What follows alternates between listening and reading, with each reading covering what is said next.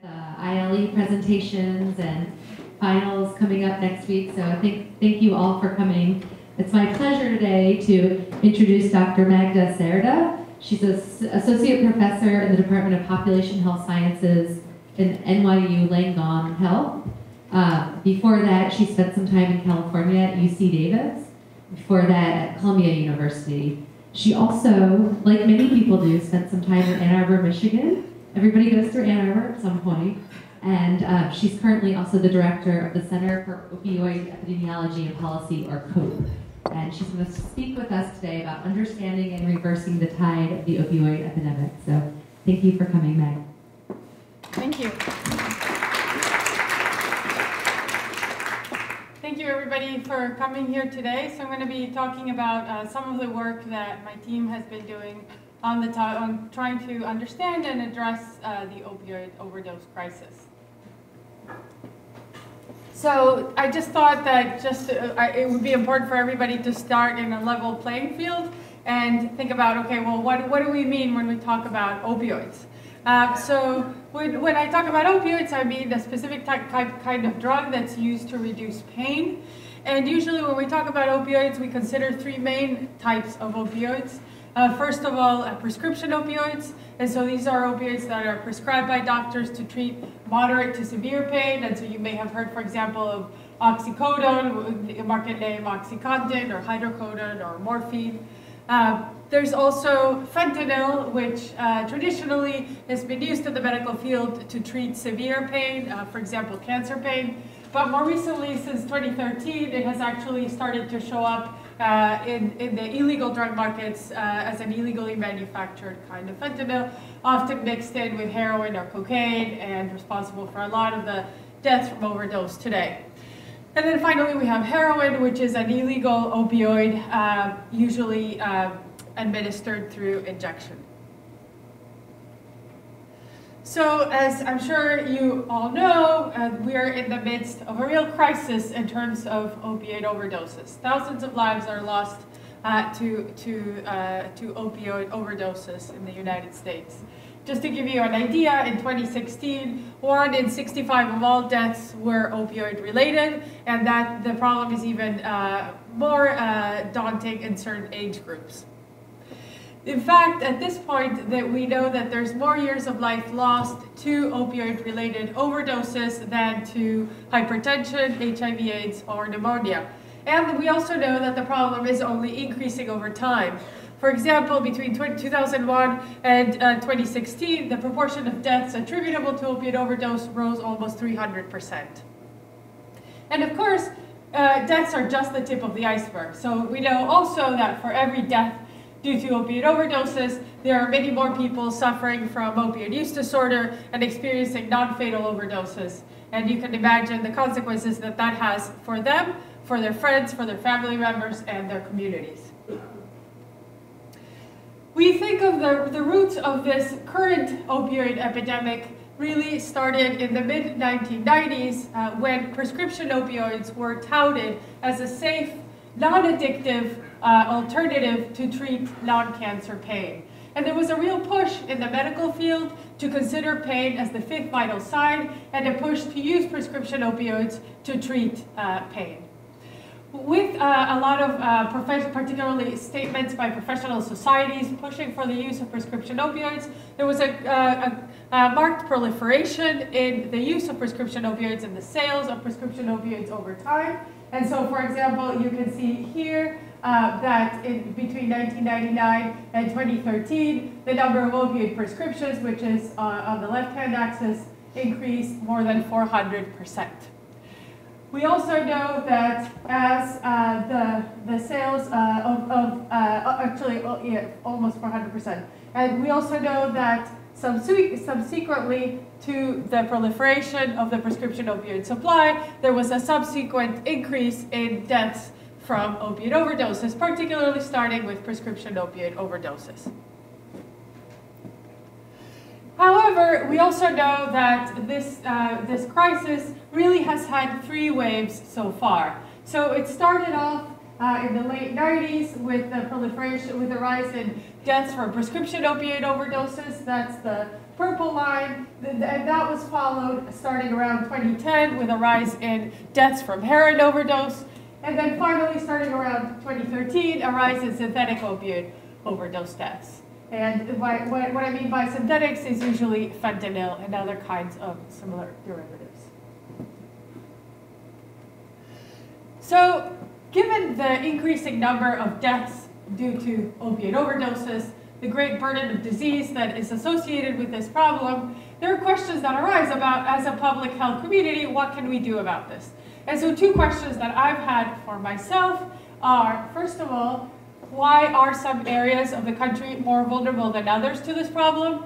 And second, what are the effects that some of the current policy responses to this problem, what are the effects that they've had on the epidemic?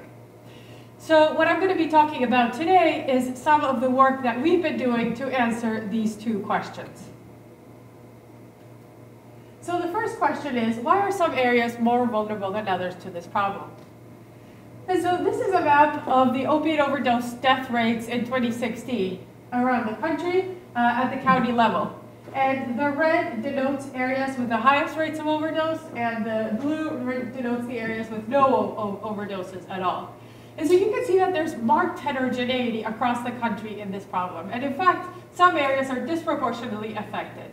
In fact, places like Pennsylvania, Ohio, Kentucky, West Virginia are some of the states that are most highly affected and bear the brunt of this problem. And so because of this disproportionate distribution of the problem, the question really arises, why is it that these areas are particularly vulnerable? We need to ask that question if we want to actually figure out how to address it and how to prevent these kinds of problems from happening in the future. So there are several hypotheses, and to be honest with you, I think that the literature on each of these hypotheses is still in a very preliminary stage, but there are some leading hypotheses about why there are certain areas that have borne the brunt of this epidemic. And they have to do with supply and demand. And so the first hypothesis is really around geographic differences in the supply. And that focuses first on differential targeting by the pharmaceutical industry. So we know that the pharmaceutical industry has targeted specific counties across the United States, and that might be contributing to the problem. And we also know that there are regional differences in heroin purity, heroin price, and in the supply of fentanyl. And we think that that's why, for example, the problem of heroin overdoses and fentanyl overdoses really started in the Northeast, and then has later made its way across the West Coast.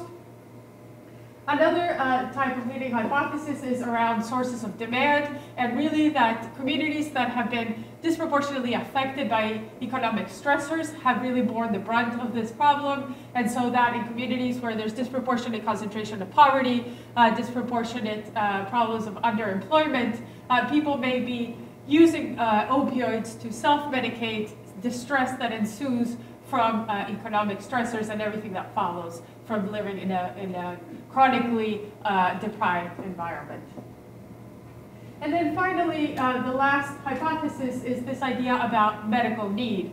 And so the idea here is that in some communities, particularly in communities where manufacturing industry and the service industry predominate, there might be a greater concentration of people who are exposed to physical hazards and who are experiencing work-related injuries, and thus getting prescribed opioids because of these work-related injuries, and that creates a greater proliferation of the opioid supply in those communities. We've done work looking at each of these potential hypotheses, trying to figure out the extent to which each of these potential drivers, the impact that it's had on opioid overdoses. In the interest of time, I'm just going to be talking about one of the studies that we've looked at, which really focuses on the role of the pharmaceutical industry, but I'd be glad to talk about some of the other work we've done later on during the question and answer time. So one of the studies that I thought would be interesting to share with you today really focuses on this problem of the pharmaceutical industry marketing and its impact on prescription opiate overdoses. So you might ask, given the graph that I just showed you that really showed that the leading problem right now is deaths due to synthetics and heroin rather than prescription opioids, you might ask, well, why are you focusing on prescription opioids? Well, the reason why we're focusing on prescription opioids is because prescription opioids are still involved in more than 1/3 of all deaths from opioids, and also because in the current cohort of users of heroin and synthetics, prescription opioids are often the first opiate that they encounter. So that if we want to prevent initiation of use of heroin and synthetics, we need to also figure out how to prevent initiation of prescription opioids in the first place. We also know that physicians are the most frequent source of prescription opioids for most non-medical users. And what I mean by non-medical users are people who use opioids in ways other than prescribed by a doctor. And we know that even in the current political climate, where there's actually a lot of restriction of the prescription opioid supply, we still today, current prescribing rates of opioids are 3 times higher than they were in 1999. So we still have a huge problem with prescription opioids and with prescribing of prescription opioids. We also know that the pharmaceutical industry has engaged in widespread marketing of opioid products to physicians. For example, between 2013 and 2015, 1 in 12 of all physicians in the US received opiate marketing, and that number is even more concentrated in certain specialties, like for example, 1 in 5 family physicians will have received some kind of opiate marketing. And when I talk about opiate marketing, I mean things like, for example, getting paid $10,000 for an honorarium, but actually, interestingly enough, the most frequent source of marketing are not these high-value payments, but are actually like $14 meals, $14 lunches, paid by the pharmaceutical industry during visits to physicians. In prior work that we published last year, we found that physicians who receive more marketing for opioids are more likely to subsequently prescribe more opioids. So we looked at this with a Medicare Part D population, and we found that receipt of any opioid marketing in 2014 was associated with approximately a 9% increase in Medicare Part D opioid claims in the subsequent year.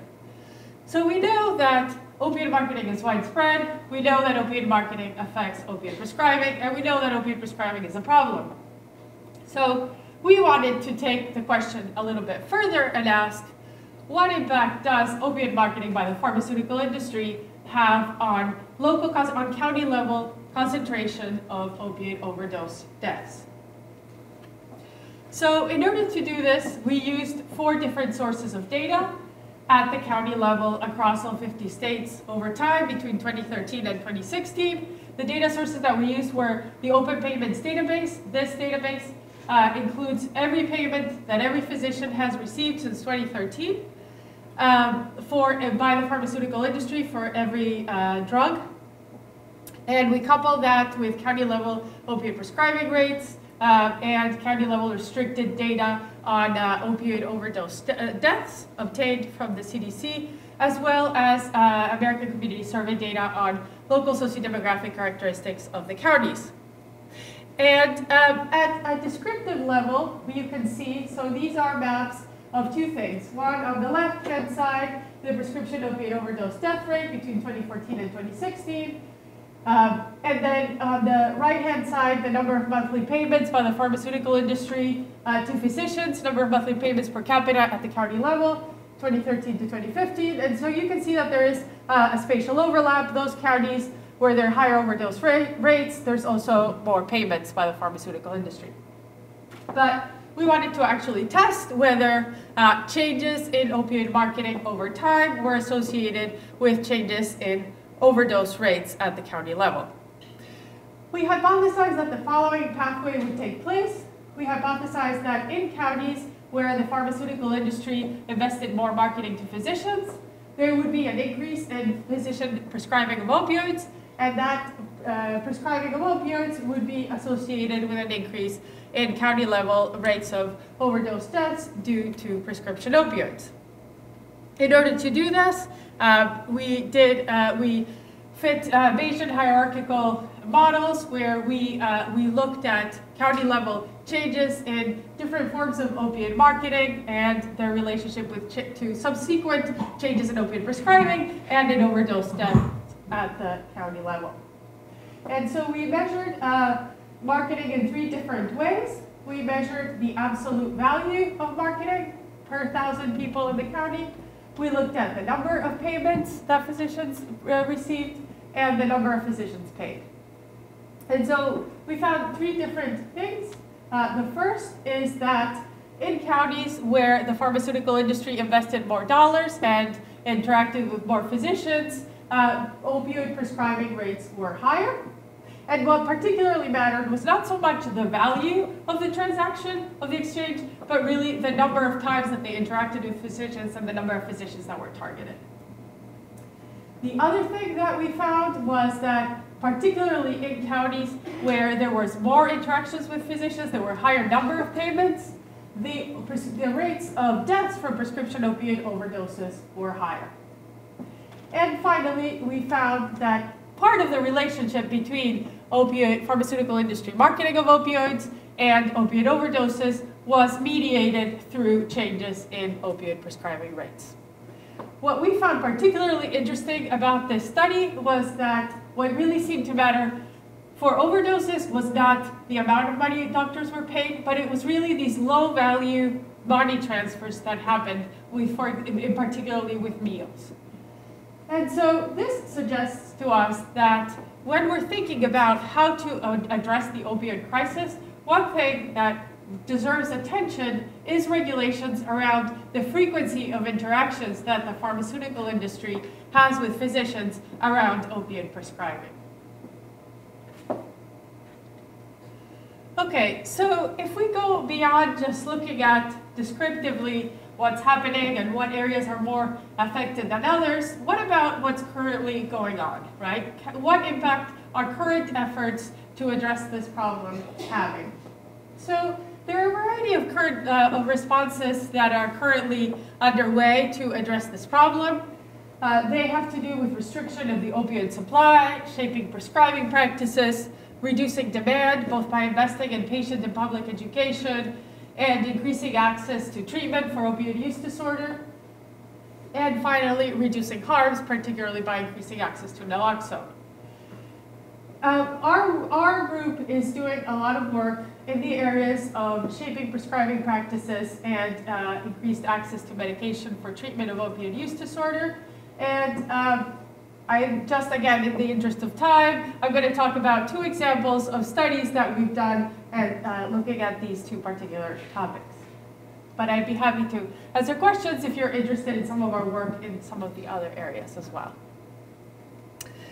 So one of the leading responses at both the state and federal level in terms of addressing the opiate epidemic has been investment in what are called prescription drug monitoring programs, or PDMPs. Millions of dollars have been invested across, at this time, all 50 states to create these PDMPs. So what are PDMPs? PDMPs are the state-level databases that collect prescribing information at the point when controlled substances such as prescription opioids are dispensed by the pharmacist. This data is then transmitted to a central storehouse where people who are authorized to use the PDMP can actually check the data. And so depending on the PDMP, depending on the state, authorized users can include police, prescribers, so physicians or NPs, and it can include licensing boards and pharmacists. And so the idea is that users of the PDMP can use the PDMP to track prescribing patterns and to track what types of drugs patients are receiving. And the idea is that PDMPs can help reduce the risk of drug overdose by, first of all, by allowing the physician to check the PDMP before they prescribe an opioid to a patient, and thus they can make sure that they're not, for example, receiving overlapping prescriptions, and thus they can reduce inappropriate prescribing. And they can also use it to identify potential patients who are in need of treatment and can thus redirect them to appropriate resources to receive treatment. There is some concern, however, about potential unintended consequences of PDMPs, particularly because the idea is that as PDMPs become more stronger, patients who were receiving opioids for years may be suddenly cut off but they may be cut off without any access to treatment for opioid dependence that they have developed. And so if people are cut off from the prescription opioids without any kind of recourse to treatment, they may actually choose to use other kinds of opioids that they can obtain in the illegal market, particularly cheaper alternatives like heroin. And so the idea is, can investment in interventions like PDMPs be increasing rates of overdose by heroin? There's been a lot of research on the impact of PDMPs on prescribing and some on overdoses. However, a lot of this research has two limitations. One is that it treats all PDMPs as equal across states and as equal over time. But we know that actually PDMPs are completely different across states, and the comprehensive nature of PDMPs varies. Some states have a PDMP in name only, whereas others have a very comprehensive PDMP. Also, we know that within states, PDMPs have changed markedly over time and have acquired more features as time goes on. So because of these limitations, I tried to examine what types of PDMP models, that is, what type of grouping of PDMP characteristics can we empirically identify as quote-unquote best practices? That is, what type of PDMP model of characteristics are associated with the greatest reduction in overdoses from prescription opioids and potentially from heroin overdoses. In order to do that, we consulted with a series of experts and conducted a literature review on what people understood to be potential best practices in PDMPs. And according to that literature review, we identified this list of potential features, which include, first of all, whether the PDMP requires or permits, whether the state requires or permits the PDMP to report on statistically outlying patterns of prescribing and dispensing to PDMP users, whether the extent to which the PDMP provides access to the data to law enforcement and to prescribers, the frequency at which the PDMP requires that pharmacists update data in the PDMP database, the number of drug schedules that are reported within the PDMP, whether the PDMP can share its data with other states, and finally, whether prescribers are mandated by law to check the PDMP before they prescribe. You'll notice here that we have three different columns here. The reason is that, for two reasons. One, as I mentioned before, we think that PDMPs have evolved in their nature over time. And so we've actually, in order to look at the evolution of these features, we actually separated our study into these three different periods to account for that evolution. And also because some of these features, like interstate data sharing and mandated access, actually only came online in the later years. So had we looked at only one continuous time period, we would not have been able to incorporate data on some of these new features. So the first thing that we did is we wanted to identify these quote-unquote models of the PDMPs across states and over time.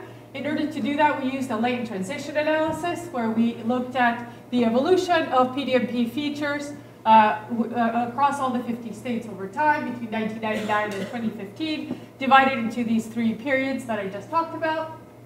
And according to that, we found three different types of latent classes of PDMPs. The first was the no-weak class. So this class in the first, between 1999 and 2009, essentially meant a state where there's no PDMP, or it's a PDMP only in name. And then between 2010 and 2016, it represented a fairly basic PDMP. The second class was what we call the reactive class. And so in the first period from 1999 to 2009, this kind of PDMP had no requirements to proactively report outlying patterns of prescribing or dispensing. And then, however, by 2010, it became a more comprehensive PDMP, still characterized by low proactive reporting, but more likely to share data with other states and more likely to report on a broader number of drug schedules. And finally, the most comprehensive type of PDMP we labeled the proactive PDMP.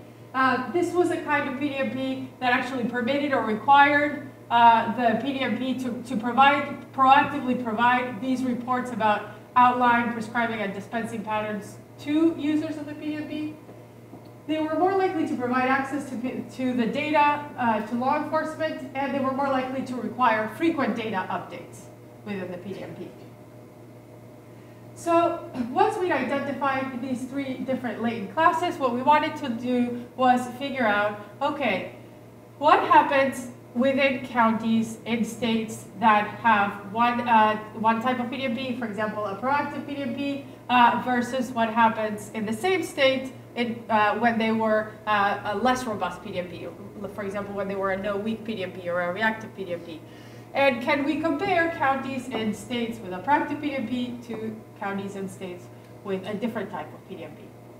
In order to do this, we used, again, these Bayesian hierarchical models of counties nested within states over time across 50 states, controlling for a set of other co-occurring policy changes, so controlling for other types of opioid policies that were changing at the same time, as well as marijuana legalization, as well as county-level sociodemographic characteristics. And we looked at the question two ways. First, we just did what other studies had done to look at PDMP yes-no as a binary feature and the impact of PDMP electronic access, just that, on opioid overdoses. And then we looked at what impact breaking the PDMP apart into these latent classes had on opioid overdoses. So here are first the results if we just look at PDMPs as a binary classification. And so what you have here is the relative rates of overdoses from prescription opioids in the purple and from heroin in the yellow over time, the year that the policy was enacted and then 3 years thereafter. And so what you can see, as you'd expect, the more years that PDMP electronic access was in place, the lower the rates of overdose from prescription opioids, but the higher the rates of overdose from heroin. Okay. So what happens if we start to break the notion of PDMP apart and try to look at classes of PDMPs? Does the answer change? Okay, so here we have the outcome here is just prescription opioid overdose deaths. And here we're contrasting two different types of PDMPs. We're contrasting the reactive PDMP compared to the weak versus non-PDMP, and that's in the purple. And in these three different time periods from 2002 to 2016. And then we're contrasting the proactive PDMP versus the weak or non in the yellow. And so what you see is that in the early years, the proactive PDMP was associated with the lowest rates of overdose deaths from prescription opioids, but really this effect decayed over time. So when we saw this, we became really concerned about what we were actually getting at when we were measuring prescription opioid overdoses. The reason for that is that prescription opioid overdose classifications include synthetics. And I told you before that, especially in the later years, synthetics actually probably did not represent prescription opioids, but actually represented these illegally manufactured synthetics like fentanyl. And so we were concerned that we were actually not getting at prescription opioids, which would be likely to be affected by the PDMP. Because of that, we further broke down the definition of prescription opioids to focus on natural and semi-synthetic opioids. So these are like oxycodone or hydrocodone. These are actually prescription opioids that would be likely to be monitored by the PDMP. So when we did that, we actually got a different finding. So here you have the same kind of graph, but now the outcome is overdoses from natural and semi-synthetic opioids. And so what you find here is that indeed these proactive PDMPs are consistently over time associated with the lowest rates of overdose from natural and semi-synthetic opioids. Okay, well, what happens with heroin? If you remember, when we just looked at PDMPs as a binary classification, enactment of these PDMPs was associated with higher rates of heroin overdose. Do we find the same thing if we break apart PDMPs into different types of PDMPs? No, we don't find the same thing. Actually, what we find is that the effect of PDMPs on heroin matters. It depends on the type of PDMP that we're talking about. So here, what we found, so this is the same kind of graph again, but here the outcome is overdose deaths from heroin. And that here we find that with reactive PDMPs, we do see actually a higher rate of heroin overdoses, particularly in the last period where heroin overdoses were really climbing. But if we talk about proactive PDMPs, we actually see that proactive PDMPs have lower rates of fatal heroin overdoses compared to both the reactive and the no-weak PDMPs, suggesting that really type of PDMP matters, and that there is a potential for certain types of PDMPs, particularly these more comprehensive types of programs that proactively provide information to users on problematic dispensing and prescribing patterns, that provide more open data access, that report on a broader range of drug schedules, to actually have an impact on the opiate overdose problem, not only on prescription opioids, but potentially also on heroin. Okay, so that's one type of lead-in response that's really been the focus of policymakers across the country. Another focus of a lot of the debate and the concern around opioids has been access to medication. Access to medication for the treatment of opioid use disorder. And so that's another area where we're really starting to more recently look at and be concerned about. So we know that there's promising evidence that medication for the provision of medication for the treatment of opioid use disorder works. We know that use of medication can help patients cope with symptoms of withdrawal and can help them reduce cravings for opioids. We know from randomized trials that efforts to increase access to medication for treatment of opioid use disorder is associated with reduced rates of hospitalization and reduced rates of opioid misuse. So it's a really promising strategy to deal with the problem of opioid use disorder. However, we also know that there's a huge problem in terms of access to medication for treatment of opioid use disorder. And lack of access is a huge barrier. We started to look at how the distribution of access to medication for opioid use disorder across the country, and we, as well as other groups, have found a huge problem. So here, what you have here is a map of something that we're calling the total treatment rate, and it's per 100,000 per county for 2018. And so what this data incorporates is both access to substance use treatment facilities that provide access to medication for treatment. Actually, you may be surprised to hear that a lot of treatment facilities for substance use disorder do not provide access to medication. And also the availability of providers, healthcare providers who are waivered to prescribe buprenorphine, which is one of the leading types of medications to treat opioid use disorder.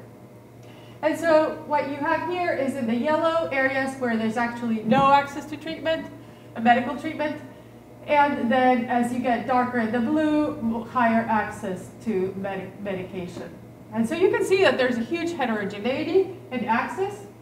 And if you look at the data, we know that almost 30% of counties lack access to any kind of medication for opioid use disorder. Huge problem if you think about the number of people that are dying from this problem every day. 44% of counties don't have a provider who's certified to prescribe buprenorphine, and 82% of counties don't have a SAMHSA certified methadone treatment center. So huge problem of access to treatment for opioid use disorder. So what can we do about it? So we were interested in thinking about what kinds of policy levers can be exploited to potentially increase access to treatment, to medical treatment for opioid use disorder, and to reduce the problem of opioid overdoses. And so we think that Medicaid expansion is one such lever. So with the enactment of the Patient Protection and Affordable Care Act, states were actually allowed to expand the coverage of Medicaid to nearly all non-elderly people at or below 138% of the federal poverty level. Following the passage of the ACA, 32 states opted to expand Medicaid coverage between 2014 and 2016. And we know that Medicaid is a major funder of substance use disorder treatment for low-income adults. We also know that low-income adults are some of the most vulnerable groups in terms of experiencing problems of opioid use disorder and overdose.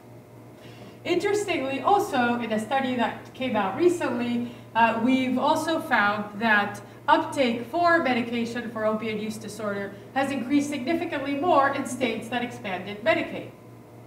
So because of this, because of the potential for Medicaid expansion to expand access to treatment for medication, we wanted to see what's the impact of Medicaid expansion on overdose rates. So in order to test that question, what we did is we compared changes in opioid overdose rates in counties within states that expanded Medicaid before versus after expansion to changes in overdose rates in counties and states that did not expand Medicaid. Again, controlling for county level characteristics and state level co-occurring policy changes of other kinds that might be associated with changes in overdose. And so this is what we found. And so what we found is that in counties, in states that expanded Medicaid, there was actually a greater reduction in overdose deaths from any opioids, and then particularly a greater decrease in overdoses from natural and semi-synthetic opioids, methadone, and heroin. Not so much from synthetic opioids. But generally speaking, there was a reduction, a greater reduction in overdose deaths in states that expanded Medicaid. I will say also that from all of the different, we've now looked at many different opioid policies, and this is the only measure that we've looked at that has actually had an impact across all these different types of opioids. And so I think this signals really the potential for policies that expand access to treatment, that expand access to medical treatment for opioid use disorder, to really be an important lever in addressing this opioid crisis. That these types of Medicaid expansion and other types of policies that expand access to treatment are a really promising way forward to address the opioid overdose crisis. So to summarize, as I've said before, opioid overdoses pose a huge and inadequately addressed and increasing public health problem in the United States. We think that the profile of the epidemic is shifting, and as the profile is shifting, of course, our understanding of the appropriate responses to the epidemic have to shift as well. We think that differences in factors that shape both the supply and the demand for opioids are likely leading to the disproportionate burden of this problem in certain areas of the United States. And there's still a lot we don't know about the impact that the current solutions to the opioid epidemic are having on this problem. But from what we've looked at, particularly interventions that try to change prescribing practices such as the enactment of more comprehensive PDMPs, and interventions that try to increase access to medication-assisted treatment are promising ways forward to address at least a piece of this problem. In terms of our future work at NYU, we've just launched the NYU Center for Opioid Epidemiology and Policy. I'd be happy to talk about that more if any of you are interested in it. But what we're trying to do here is really try to play a major role from public health in addressing this problem. And we're trying to do that in three ways. First of all, trying to build data. So we're trying to build this nationally, publicly accessible central repository of data on the different forms of the opioid supply, on indicators of morbidity and mortality, and on policies that may affect this problem. And so that this would be a national repository that anybody from the public to policymakers, to practitioners, to researchers can access to track the evolution of the epidemic and to hopefully download data and evaluate the impact that different types of policy measures are having on this problem. The second type of work that we're doing is really on this policy evaluation. So really trying to evaluate the impact that social and health policies are having on this problem. Trying to expand the scope of policy approaches from just looking at policies that regulate the prescription opioid supply to thinking a little bit broader at other types of policies and laws, like, for example, the impact that marijuana legalization is having on this problem. And really trying to go beyond just looking at the average effect of state-level policies to try to drill down within states and try to identify who within states, what kinds of communities benefit the most, and which types of communities benefit the least from these state-level policies. And finally, we want to do new work that tries to look at the spillover effects, the downstream effects of the opiate overdose epidemic, not only on users of opioids, but also on their families and their communities. So thank you very much for listening today, and I'd be happy to take any questions.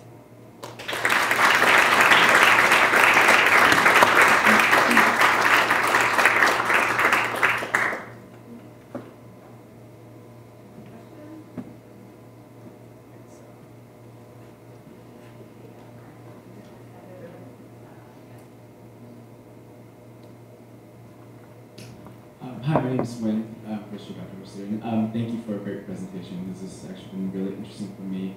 I was wondering if you can talk a little bit more. The figure that I thought was really interesting and I think impactful for me was the map that you showed the U.S. in terms of the opioid overdose death. And I noticed that in states that legalized marijuana, particularly Colorado and California, the rates were really, really high. I was wondering if you can speak a little bit more to that and the trends that you've seen with legalization of medical marijuana and also the opioid epidemic in the US. Yeah, that's a great question. And we have a new study which is looking at that question in particular that just started. So interestingly enough, previous ecological studies have found that states that legalized medical marijuana experienced a greater reduction in opiate overdose rates. The question is whether, so even though at a descriptive level it might look like those states are actually experiencing more overdoses, at a general level, at least with medical marijuana legalization, you actually find lower rates. And the idea is that people may be, as the prescription opioid supply becomes more restricted, people may be substituting opioids for marijuana. I don't know whether that's actually the case, and I think that the current evidence is quite limited, particularly because these studies did not consider the fact that the same states that legalized marijuana also enacted a lot of these policies, that opioid policies. So I think we need to really disentangle the contribution of marijuana. Also, we need to get at this question of substitution, so we need to go beyond just looking at rates and look at whether individuals are actually changing over time with the enactment of these policies and are actually substituting opioids for marijuana. And I think that qualitative studies have shown different things. Some studies show that people who use opioids with marijuana legalization, people co-use both, so they're more likely to use both. Some other studies show that people are substituting. So what's happening, I'm actually not sure, but we hope to be able to get at that with our new study. Thank you. Such an interesting talk. You mentioned that you studied some other policies and you were presenting on a limited amount today. Yeah. But were there any studies that you did where you found unanticipated results with certain policies, ones that you thought might be effective in certain areas that were not? Right, yes, we did. So there's one study that we wanted to publish, what we wanted to do, where we looked at naloxone access laws. And so we looked at naloxone access laws, which increase access to naloxone, ideally at the local level. And so we thought, of course, naloxone access laws would lead to a reduction in overdose rates, and we found the opposite. We found an increase in overdoses. We have not published that because we don't believe those results, and we think that before we publish it, we really need to be quite sure of those results because of the implications that they might have. So there are a lot of challenges with evaluating these policies. I think because of two reasons that I think we've talked about with some of you guys earlier today. One is that a lot of changes are happening at the same time in the same states, and it's hard to disentangle what is happening. And then the other issue is this issue of time-dependent confounding, that like the same states that enact naloxone access laws, they enacted it because of a problem they were having. They had high overdose rates, and then they enacted the policy. So how do you disentangle that is something that we're trying to get at. So in future work, we're going to try to use methods like G-computation to try to disentangle the time-dependent confounding, and then also to try to understand the problem better by trying to drill down at the local level and see whether the impact of these state-level laws depends on actual county-level access to naloxone. And so we have new data on the naloxone supply at the county level across all 50 states so that we can actually get at that. So yes, we do get unexpected findings, and when we do that, we really try to maximize the data that we can get to try to get at the best answer because of the implications that all of these findings can have. Yes.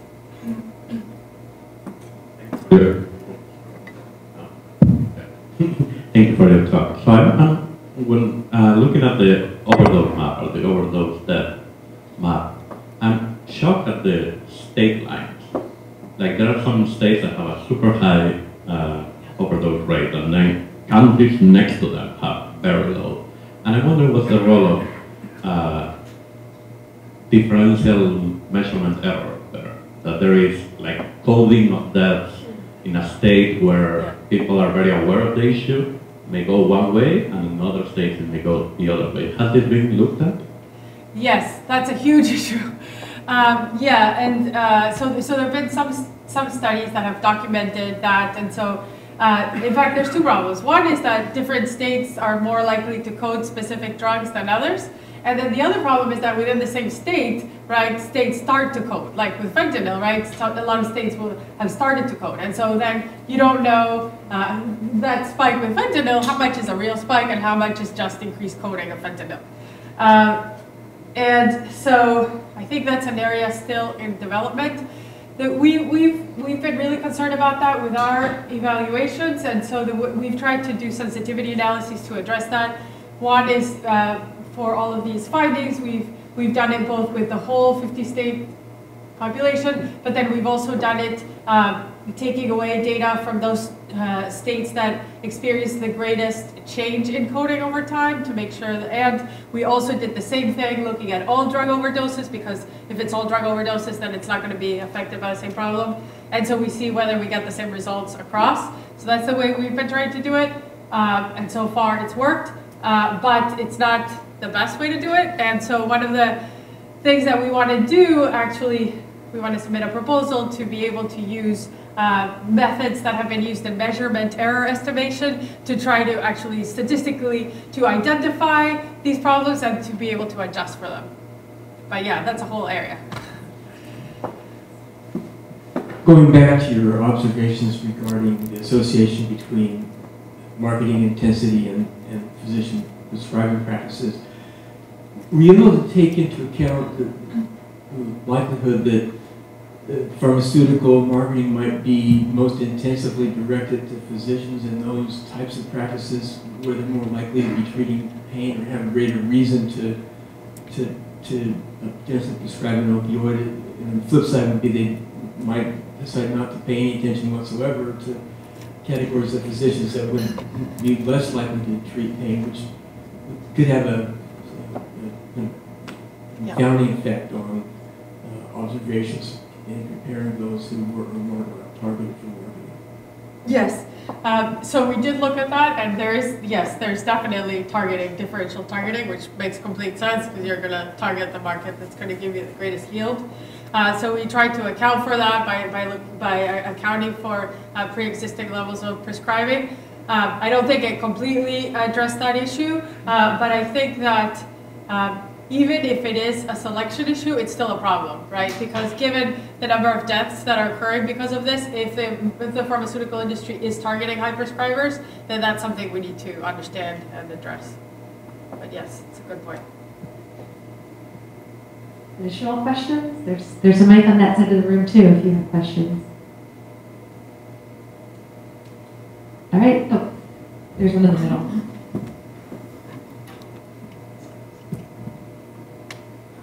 Thank you very much. You talked about a lot of interesting policy level changes that could play a real role here too. And I noticed you also alluded to perhaps more on like an informational or educational level that strides could be made here too. And I'm just wondering if you could talk a little bit about that. Are there certain audiences that we should be most focused on? Are there certain topic areas, whether it be prevention or treatment, that you think are an important piece of the solution here as well? Yeah, right. So yes, I think there's been a lot of investment in public education, but very little evaluation of the impact it's had. I think that there is, and something we were talking about at lunch today, is that there's surprisingly little attention paid to investment in prevention of initiation of opioid use, particularly among youth. So we know that youth and young adults are and particularly young adults are one of the most affected groups today. And we also know from prevention of other types of drug use that there are certain strategies that are effective in preventing initiation of drug use. And so I think that there needs to be a lot more attention paid to investing in community level and school-based primary prevention of initiation into prescription opioid use and other types of opioids. And I would say, and I'm obviously to blame because all of this is related to prescribing and treatment and so on, but the research is really focused on treatment, harm reduction, prescribing, and not so much on primary prevention.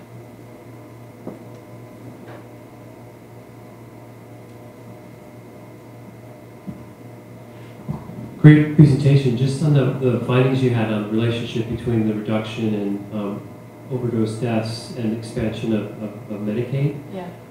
Any thoughts on what the kind of action is there? Like, in terms of, is it greater access to treatment or greater access to healthcare? Any thoughts on what might be happening?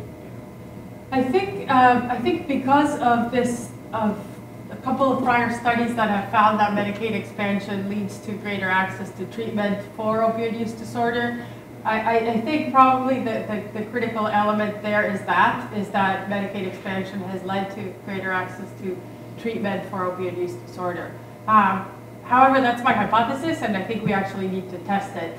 One of the things that we want to do, building on this, is actually test how much of that is mediated by increased access to county-level treatment. But then the other thing is that we're just looking at Medicaid expansion in a very broad way. And we know that there's a lot of specific Medicaid policies that should be looked at and that nobody is yet looking at. So we want to try to tease apart which specific Medicaid policies are really driving this question, because I think that will also give us more insight into the mechanism.